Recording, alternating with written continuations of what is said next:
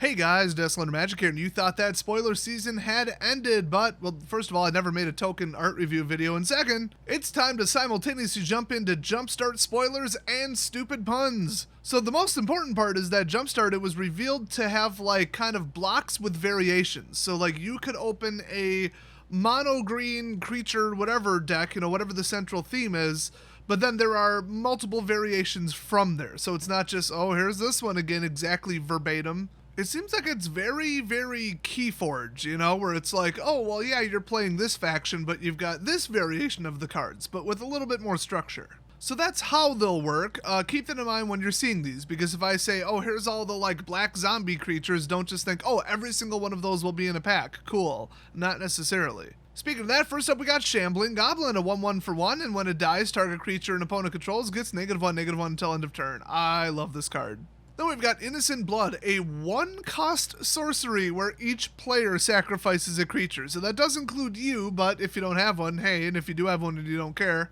also hey. Now you might think this is like the most amazing card ever, but unless they have hexproof, Bone Splinters is just an arguably better card. I think sometime recently a better version of Bone Splinters was printed. And also I have the hiccups and it's ruining every single take and it's pissing me off! So next up, there's Ghoul Caller's Accomplice. It's a 2/2 for 2 human rogue, and if you pay 4, you can exile this card from your graveyard and create a 2/2 zombie, but only at sorcery speed. Next up, we got Dutiful Attendant, a card with the most elaborate hat I have ever seen on a card ever. He wins craziest hat, hands down. Metal reinforcement up to like a glass cage full of skulls. That is the most pimp shit I've ever seen. Oh, you want to know what the card does? Who cares? Pimp hat! Anyway, it's a 1/2 for 3, and when it dies, return another target card from your graveyard to your hand. And next we've got a hyper powerful card. It's Bone Picker. It's a 3/2 for 4, except it really costs 1, because this spell costs 3 less to cast if a creature died this turn, so just cast it then. Also, it has Flying and Death Touch. This thing is insane. Next up, Skittering Surveyor. You play it and then you go get a land. You put it in your hand, so it doesn't even go to the battlefield. I do not like ramp effects that cost 3. I like them to cost 2 or less. Then we've got Rupture Spire. It enters battlefield tapped, and then you also have to pay 1 or sacrifice it. That's right, tapped, and you have to pay 1. But then after that, add 1 mana of any color.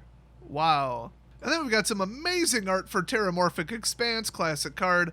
It's just basically, tap it, sack it, search your library for a basic land, then put it onto the battlefield, tap and shuffle your library. So it is literally the same card as Evolving Wilds.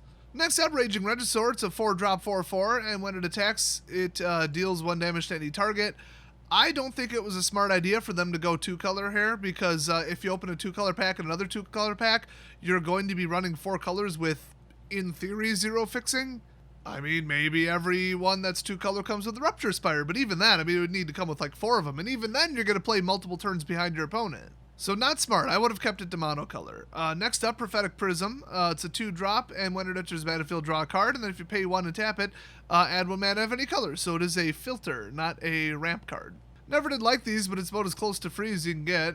2 mana ain't free, but even if it was a 0-drop, I honestly wouldn't play it. I just don't like filters. Next up, Mirrodin's Core. Neat. It's a land that comes in untapped. You can tap it for colorless, and then you can tap it and put a charge counter on it, and then if you tap it and remove a charge counter from it, add 1 mana of any color. So whenever you don't need it, boom, charge counter at your opponent's end step or whatever. So kind of cool. Much needed fixing.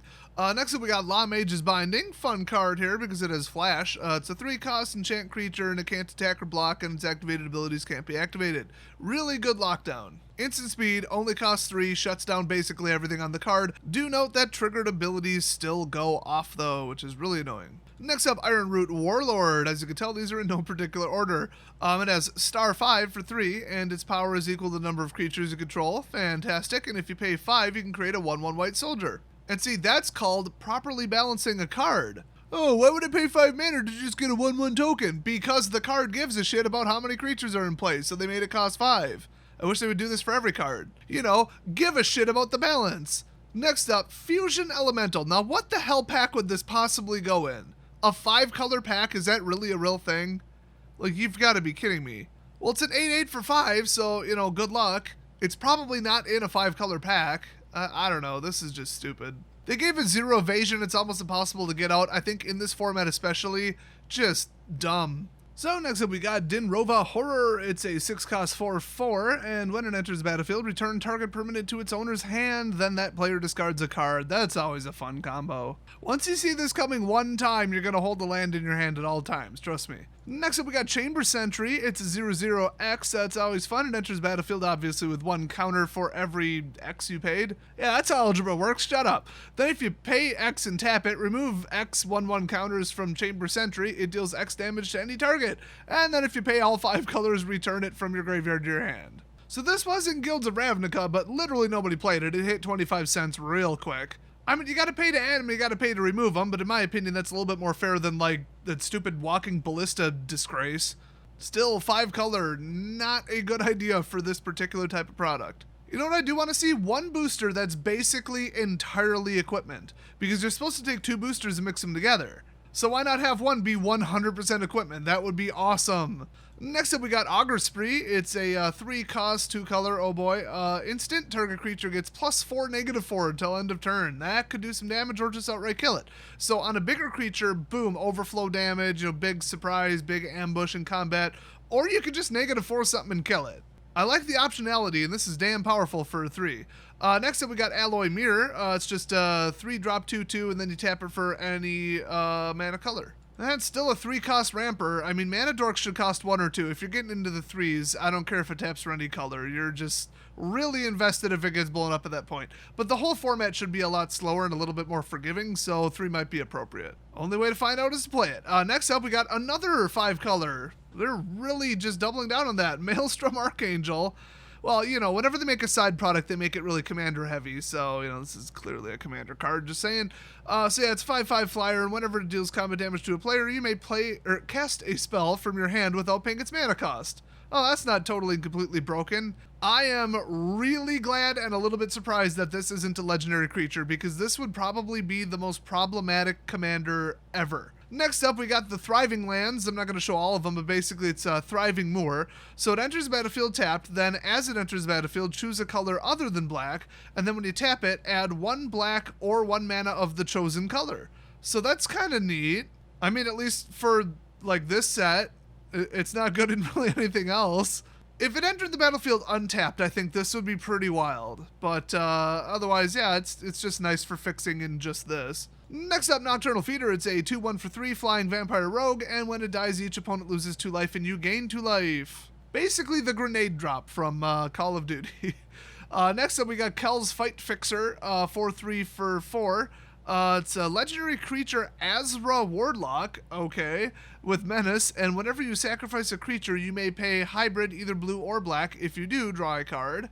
And then, of course, pay 1, sacrifice a creature, and it gains indestructible until end of turn. Pretty solid card. Next up, Neath of the Dire Hunt. It's a 4-cost 3/3 legendary creature, human warrior, and whenever 1 or more creatures you control fight or become blocked, draw a card. That's pretty flexible. And then at the beginning of combat on your turn, you may pay 2 generic plus 1 hybrid red or green. If you do, double target creature's power until end of turn, and then Firemark Rosewater. That creature must be blocked to this combat if able. Whenever the word double is on a card, it's broken garbage and I hate it. Can we all just accept that as a golden rule at this point? Next up, Myra Triton. It's a 2/1 for 2 with Death Touch, but it doesn't have Flash, unfortunately. But when it enters the battlefield, mill 2 cards and you gain 2 life. Oh, that's the new phrasing. Oh boy. They probably shouldn't call it mill when it's you, because that's like a little bit confusing, but I got it right away because I've seen the original. Or they should have added the word you, like you mill 2 cards. I mean, when you think mill, you think I'm milling out my opponent, I'm running a mill deck. So if they just say mill, you might mistakenly think, oh, it's my opponent. That's just dumb bad phrasing. Next up, Gravewalker. It's a 5/5 for 6 flying, and I have seen people actually play this in Standard, believe it or not, long time ago. If you pay 7, return target creature card from your graveyard to the battlefield, tapped. Yeah, not with haste and lifelink and double strike or whatever the hell the rest of them in Standard say. No, you're paying 7, which at that point, if you summon a 9 cost, good for you, but it comes in tapped. You gotta wait a turn for it. That's how you do free casting vaguely fairly. Then again, Desolation Twin. Oh, that wouldn't work. That's on cast. There's probably something Degenerate you could do with this.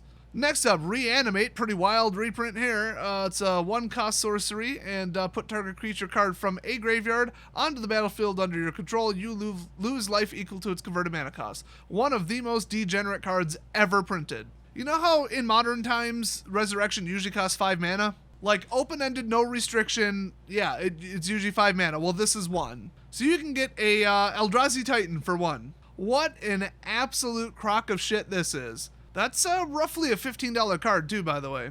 Next up, the polar opposite. We got Nixithid. I love this thing. This card is amazing. It is in my Black Modern deck. Hell to the yes. When it enters the battlefield, choose an opponent, and Nixithid gets -1/-1 for each card in the chosen player's hand. So if they run out of cards, it is a 7/7. If it's kind of on the verge, like, oh, it's a 2/2, it kind of encourages them to hold on to the cards just to see it die. I've had people do that just because they know this card is so unbelievably powerful. Or like, oh, their biggest creature's a 4/4, mine's a 5/5. Oh, but if I don't cast this card, draw, oh, now it's a 4/4. If I don't cast it, I'm good. He can't attack me again. First of all, wanna bet? And secondly, I love making it so people don't want to cast their spells that they just top deck. That is hilarious. I love everything about this card. Next up, Entomber Exarch. So this is a 4-cost 2/2. When it enters the battlefield, choose 1. Either return target creature card from your graveyard to your hand, or target opponent reveals their hand and you choose a non-creature card from it. That player discards a card. I don't like hand spine, but when it's 1 card and it costs 4, I mean, whatever. I do like the early game versus late game options there. That is kind of nice. Next up, we got a mythic. It's Tiny Bones Trinket Thief. What? I'm going to take a wild guess this is a brand new card because I feel like I would remember that name. But it's a 1/2 for 2 legendary creature skeleton rogue. And at the beginning of each end step, if an opponent discarded a card this turn, you draw a card and lose 1 life. And then for 6 mana, you can have each opponent with no cards in hand lose 10 life. Pretty avoidable, but I mean, you'd really suppress them, kind of. This is just encouragement to run a really degenerate deck, and I say that, you might say, but it's out of your control. All of these, except not really, are being added to Historic on Arena. So if that Historic wasn't already basically Legacy, as far as power level and stupid gimmicks, well, here you go. Next up, we've got a 6-cost 3/7 with Vigilance, so in other words, not a good card. And then there's Bloodhunter Bat. It's a 4-cost 2/2. Boy, this is some really high cost for not hitting very hard. I guess they want a lot of back and forth tricks with a lot of I don't know, forgiveness as far as, oh no, I did something and now they're swinging unopposed. Well, every creature hits for 2. Not a lot of high-powered creatures in this. And then they just threw in, oh, double the power because that fits perfectly. But it's flying, and whenever it enters the battlefield, target player loses 2 life and you gain 2 life. Nice. I mean, not a good card, but nice. Unavoidable damage, and the more damage in the air is still pretty good. Then we got Bake Into a Pie. I kind of like this. I say put it in a whole bunch of different sets because it's 4-cost instant speed removal. It's double black, but then you get a food out of it, which is huge. I mean, removal plus healing, get rid of their biggest, most damaging threat. Maybe they can't even swing anymore. And then also, as soon as you have 2 mana available, you're going to gain 3 life. I love that, especially because you can run it in a deck that wouldn't normally gain life. Then we've got Bogbrew Witch. It's a 1/3 for 4. Damn, she ugly. And if you pay 2 and tap her, search your library for a card named Festering Newt or Bubbling Cauldron. Oh, I knew that sounded familiar. Put it onto the battlefield tapped, then shuffle your library. I'll save you some time. Neither of those cards are any good. In fact, here's Bubbling Cauldron. It's a 2-cost artifact. You pay 1 and sacrifice a creature, you gain 4 life. Oh boy. Lot more fair than Witch's Oven or Witch's Cauldron, that's for damn sure. And if you pay 1 and tap it, you could also sacrifice a creature named Festering Newt. Each opponent loses 4 life. You gain life equal to the life lost this way. So kind of neat in Commander, but, why would you fetch something that stupid? And then, oh, Cauldron Familiar. Fantastic. I was just hoping this would be in that set. Screw you. Then there's Festering Newt. And this is the other one that works with the Cauldron. So it's a 1/1 for 1 Salamander, and when it dies, target creature an opponent controls gets -1/-1 until end of turn, but it gets -4/-4 if you control a creature named Bogbrew Witch. So it's a dumb gimmicky combo, but in a 40-card deck, you might be able to pull it off, especially if they double stack them.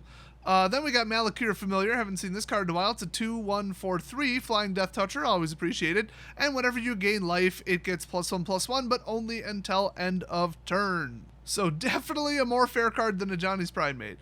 Next up, Affectionate Indrik. It's a 6-cost 4/4, and when it enters the battlefield, you may have it fight target creature you don't control. That does not sound very affectionate. That sounds downright aggressive and violent. Well, a 4/4 with a fight, I mean, you might be able to take something out, especially in this format.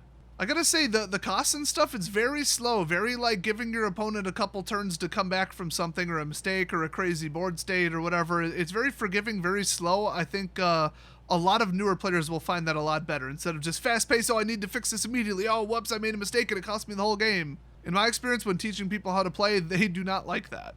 Next up, Hunter's Insight. It's a 3-cost instant in green. Choose target creature you control. Whenever that creature deals combat damage to a player or planeswalker this turn, draw that many cards. Ooh, instant speed too.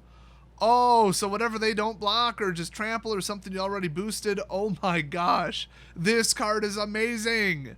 But see, yeah, it's a ton of card draw, and you're gonna have a massive advantage. Except one, you have to pay for the cards you just drew. You gotta pay mana for them to summon them. So it's still kind of fair. Also, you can do this exactly once, and then this card is burned and into the graveyard. That is how Magic should work. Hyper powerful abilities that you can use one time. Not, hi, my name is Torbran, I'm an asshole, and everything's hitting for 3 now for the rest of the game. F you. Do you see the difference there? Next up, it's Orazka Frillback. It's a 4/2 for 3, and it's a dinosaur, and that's it. But if you haven't been noticing, a 4 attack for 3 mana is actually pretty powerful in the context of this set. And then we got Brushstrider. It's a 3/1 for 2 with Vigilance, also a solid card. And then there's Swarm of Bloodflies, very interesting card here. It's a 5-cost 0/0 flyer, and it enters the battlefield with 2/1/1 counters on it. Then whenever another creature dies, put a counter on it. So 2 counters later, you get the creature you probably should have paid for 5 mana. And then after that, it's like, it's a threat. So people know this is a threat, but they might not have to waste a removal on it immediately. They've got a couple turns. And they just have time to, prepare and react to this card. Wouldn't that be fun if that happened with every card in Magic? Instead of, you have 1/8 of 1 turn, it's called Embercleave, you lost. Literally blow this creature away or you are going to lose immediately. You have 1/8 of 1 turn, you have 1 phase, or Embercleave is going to kill you for like 2 mana. Gotta give people time to breathe here. Any hyper powerful effect should bare minimum have to wait 1 turn.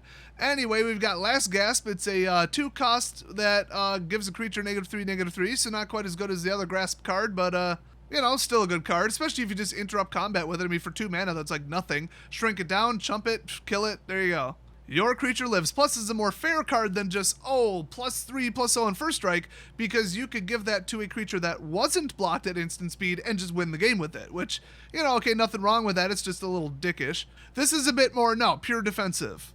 Next up, Blood Divination. You just sack a creature and draw 3 cards for 4 mana.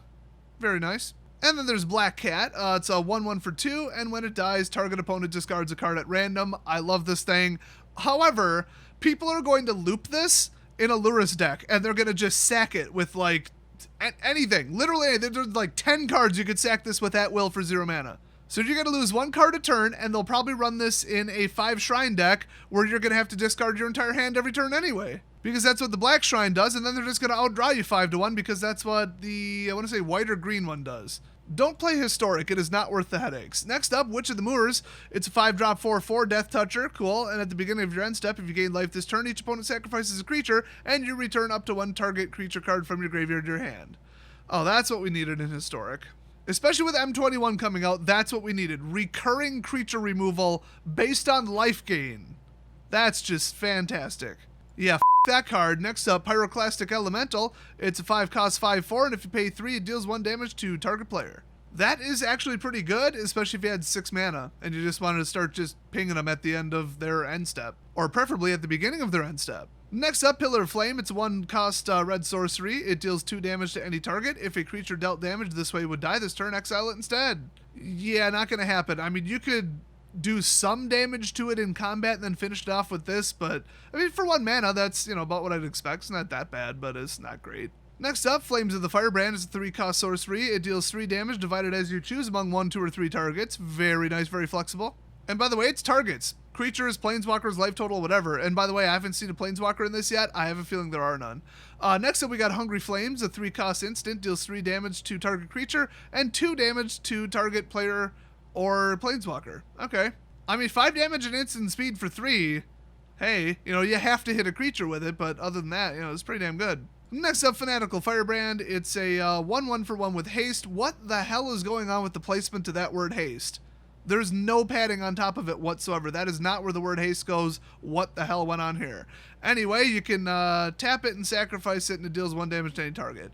Very annoying. Next up, Young Pyromancer, because of course, it's a 2/1 for 2, and whenever you cast an instant or sorcery spell, create a 1/1 red elemental creature token. I don't remember Pyromancers summoning creatures. That's not really in their list of things they do. That's more of a general wizard. Anyway, next up we got Supply Runners. It's a 5-cost 2/2. Oh boy, dog though. And when it enters the battlefield, put a 1/1 counter on each other creature you control. Okay. Still garbage, but you get a free creature out of a spell that probably should have cost 3 or 4. Next up, Trusty Retriever. Hell yes, we in the dog section now. It's a 2/3 for 4, and when it enters the battlefield, choose 1, put a 1/1 counter on Trusty Receiver, or return target artifact or enchantment card from your graveyard to your hand. Ooh, that is mighty flexible. I like this. This is really powerful. Next up, we've got Release the Dogs. Oh, I'm more terrified of that little one. He looks vicious. Yeah, that big old one with the spike collar, he just wants some treats, but a little one, he'll rip your face off. So anyway, it's a 4-cost sorcery, and you create 4 1/1 white dog creature tokens. Fantastic. That would go good with a boosting or counter-dropping deck, which I suspect it's in. Then we got Isamaru, Hound of Konda, or Konda, I don't know, probably Konda. It's a 2/2 for 1. Just straight up, legendary dog, 2/2 for 1. Vanilla, but like 2/2 for 1 ain't that vanilla. I mean, that's pretty damn good. Oh, there's a Japanese reference on the bottom, so yeah, it's Konda. And last doggo is best doggo, because that is it for the spoilers. So now we go on to a bit of a problem here. I do not personally know what the hell's going on. So the card, Skittering Surveyor, says JMP on the bottom. It's from Jumpstart. It's number 486 out of, they're not going to tell us, it's just blank. So big set, right? No, it wasn't supposed to be. So then you look at Kel's Fight Fixer. Oh, number 15 out of 78 in Jumpstart. Okay. I don't have enough motivation or interest to give enough of a shit, but I assume that the first 78 are the unique cards to Jumpstart. But it must include the lands too, because of that they said there's only 43 new cards or something like that. And then I guess all the rest of the reprints, they just, assign them a random number? Or there are like 500 in the set? Or do they even start at 0? Or I don't know. And looking back, I couldn't find a reference to how big this set is at all. So who knows? I feel like I could probably, based on the pre-made ones, and I think they said how many variations there are, I could probably do the math. But like I said, can't be bothered, don't really care about this product. Also, it would be an estimate. We don't know the exact number of variations. I'd have to work off of what they gave as an example. I mean, we don't have a price, we don't have a count, we don't have half the details we need, and it's being delayed based on where you live or something. So you know what? I'll wait until we have all the information to make an actual, estimation, maybe a box EV return, whatever. Honestly, I don't think we even know how many are in a box. So this is your first look at some of the cards, I guess. Maybe we'll have more spoilers eventually. Maybe tomorrow. I don't know. Nobody knows. Nobody knows anything about this stupid product. How exciting! Thanks, Wizards. So thanks for watching, and I'll see you guys next video.